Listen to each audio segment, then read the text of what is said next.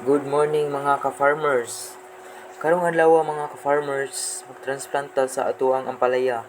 Samtang wala pa nato matransplant mga ka-farmers, giready na nato atong mga kinahanglanon o giready na nato ang kawayan para iatang sa atong ampalaya inighuman og tanom mga ka-farmers.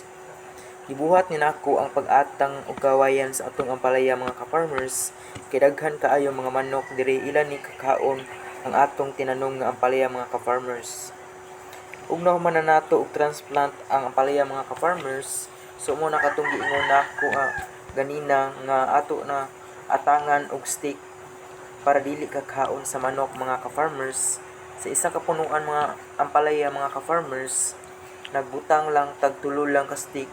Kining uban nga ampalaya mga ka-farmers, dagko na natong nabalhin. Wala mong gud ni nagdungan og tubo ug tungod pud sa atong kabisi karon lang po nato nalugarin og transplant mga ka-farmers.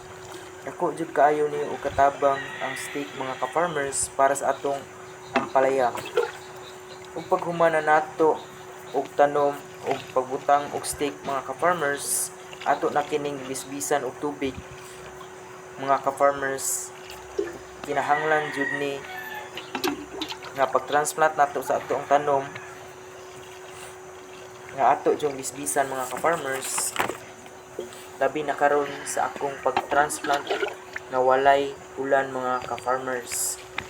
So nakita natong ampalaya, mas nindot sa tan-awon, no.